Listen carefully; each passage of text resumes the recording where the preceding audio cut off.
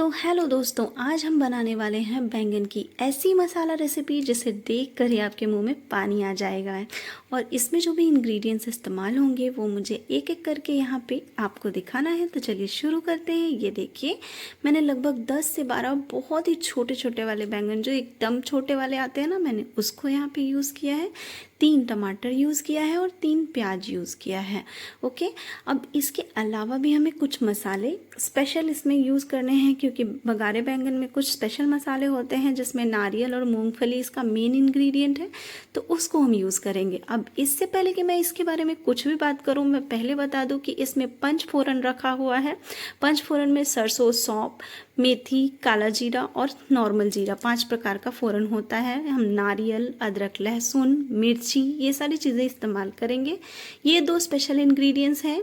पहला ये है वाइट वाला तिल, लगभग बड़े चम्मच से 2 चम्मच मैंने लिया है, और 4 पिंच इमली मैंने फुलाने के लिए रखा है। अब सबसे पहले हम इसमें जो ड्राई मसाले हैं, मूंगफली, नारियल और जो वाइट वाला हमने तिल लिया था ना, उसको हम यहाँ पे ड्राई रोस्ट करेंगे। तो मूंगफली मैंने पहले से ही हल्का रोस्ट करके रखा हुआ था, फिर भी मैं यहाँ पे उसको क्रंच के लिए दोबारा से रोस्ट कर रही हूँ।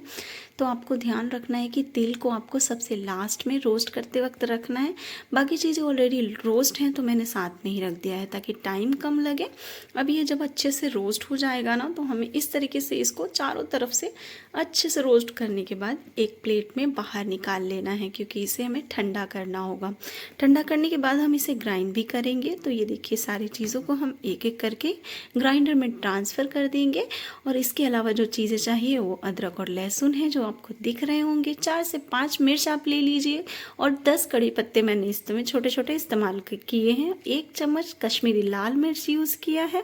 अब इसे हम ग्राइंड कर लेंगे। ग्राइंड करने के बाद इसमें हम धनिया के पत्ते को रख के ग्राइंड करेंगे, और नमक ज़रूर ट्राई उसमें रखना है आपको। मैं उस चीज़ को रिकॉर्ड करना भूल गई थी, या कैमरा में कोई इशू आ गया होगा तो नमक वाला पोर्शन रिकॉर्ड नहीं हुआ है। तो ज़रूर से उसमें लगभग नमक रखना है आपको, आधे चम्मच के हिसाब से। ओके, अब बैंगन को इस तरीके से बीच से कट लगाते हुए हमें काट लेना है, और थोड़ी देर के लिए पानी में उसको छोड़ना है। ओके, तो धीरे धीरे इस सारे बैंगन को हम इसी तरीके से कट कर लेंगे। इसी में हमें मसाले फिल करने हैं, तो बहुत ही ध्यान से इसको कट करना है। पूरा कट मत कर दीजिएगा, इसको हल्का लास्ट से जुड़ा हुआ रहना चाहिए, मतलब उसका जो कॉर्नर है। अब ये मसाला हमारा रेडी है, जिसमें हमने धनिया पत्ता और नमक डाला था ना। अब उसको ग्राइंड करने के बाद हमें किसी भी कटोरी में इसको अलग से ट्रांसफ़र कर लेंगे। इसको हमें फिलअप करना है ना, उसमें फिलिंग डालना है। तो इस तरीके से हम उसको खोलेंगे और हाथों से ही फिल करना है, क्योंकि आप उसी से पाएंगे। मैंने चम्मच से ट्राई किया था थोड़ा स्टाइल के लिए, लेकिन ऐसा होता नहीं है, आपको हाथों का इस्तेमाल ज़रूर करना पड़ेगा। तो इस तरीके से उसको अच्छे से फिल कर देंगे, और सारे बैंगन को हम एक एक करके इसी तरीके से फिल करेंगे। अच्छे से उसमें मसाले डिप होने चाहिए अच्छे से, क्योंकि हम बाद में इसको फ्राई करने वाले हैं। एक बात का और ख्याल रखना है आपको, मसाले में ज़्यादा पानी बिल्कुल नहीं डालना है। मैंने बहुत ही कम पानी इस्तेमाल किया है। अगर मसाला गीला हो गया ना, तो स्टफिंग जो आप भर रहे हो वो बाहर निकल जाएगा, इसीलिए उसका टाइट होना बहुत ज़्यादा ज़रूरी है। ओके, अब सारी जितने भी बैंगन थे मैंने सब में मसाले को फिलअप कर दिया है। अब इसे हम फ्राई करने के लिए सरसों का तेल इस्तेमाल करेंगे, और इस तरीके से इसमें हम कढ़ाई गरम करके उसमें सरसों का तेल गरम होने के बाद इस तरीके से उसमें बैंगन को हमें रखना है, और धीरे धीरे अलट पलट कर उसे फ्राई करना है अच्छी तरीके से, ताकि कच्चापन जो बैंगन का होता है ना वो निकल जाए। इसलिए इसको फ्राई किया जाता है, वरना बिना फ्राई किए भी यूज़ करते हैं, लेकिन बैंगन फिर टेस्ट नहीं आएगा उतना अच्छा। इसीलिए ज़रूर फ्राई कीजिए ताकि इसका कच्चापन निकल जाए, और एक बहुत ही क्रीमी टेक्सचर आ जाता है। टेस्ट भी बहुत अच्छा होता है। आपको ऐसी रेसिपी जनरली नहीं दिखाई देगी बैंगन को ऐसे बनाते हुए, आप बहुत ही कम देखोगे।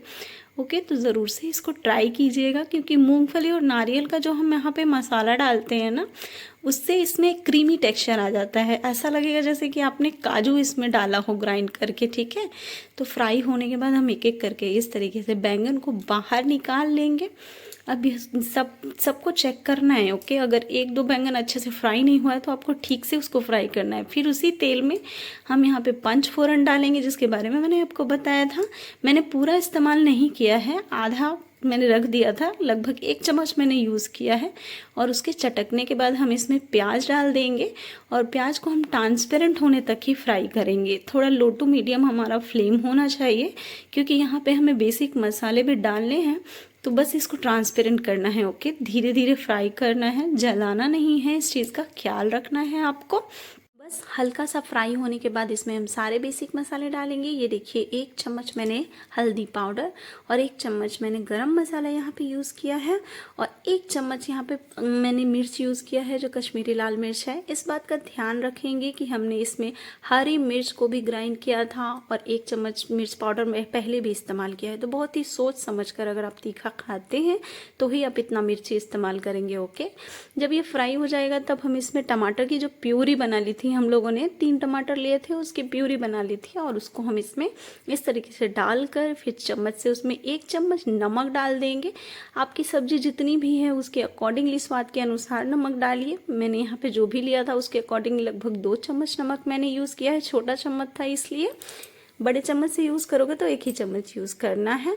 और बस इसको हम फ्राई करेंगे जब तक ये चारों तरफ से तेल ना छोड़ दे।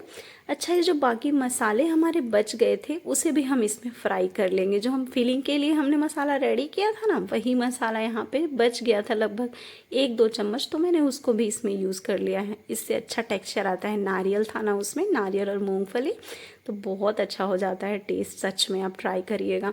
अब यहाँ पे ये मसाला हमारा धीरे धीरे हमें भूनना है ताकि उसमें से तेल छोड़ दे। और जैसे ही तेल छोड़ देगा, हम सारे बैंगन जो हमने ऑलरेडी फ्राई कर लिए थे ना, उसे हम इस तरीके से इसमें रख देंगे। हमें इसको इस तरह से रखना पड़ रहा है सिर्फ इसलिए क्योंकि हम इसे रफली नहीं चला सकते हैं, क्योंकि ये फ्राई होने पर बहुत सॉफ्ट हो जाते हैं जो बैंगन हैं। तो धीरे धीरे इसको बीच से हमें पानी, लगभग 1 कप पानी मैंने इसमें इस्तेमाल किया है बड़े वाले कप से, और बस उसको धीरे से हल्का चला करके इस तरह से ढक देंगे। अच्छा उबाल आने देंगे उसमें। मैं यहाँ पे वीडियो को फास्ट फॉरवर्ड करके दिखा रही हूँ। इसमें लगभग 15 मिनट का टाइम लगा था। लास्ट में हम इसमें इमली का जो रस हमने बनाया था ना पानी में डाल के, उसे इसमें हम डाल देंगे। इससे एक ऐसा खट्टापन आता है ना कि आपको खा के मज़ा ही आ जाएगा। सच में बहुत ही ज़्यादा टेस्टी बनता है ये। एक बार आप ट्राई ज़रूर से कीजिएगा और कैसा बना है वो बताइएगा। अब ये रेडी है। लास्ट में हम धनिए के पत्ते से इसे गार्निश कर देंगे और हमारा जो ये बघारे बैंगन है वो पूरी तरह तैयार है। खाइए, पीजिए, मज़े कीजिए। चावल के साथ भी आप इसको सर्व कर सकते हैं, रोटी के साथ भी आप इसको खा सकते हैं। बहुत ही मज़ा आ जाता है इसको खा के। Thank you so much for watching. Thank you.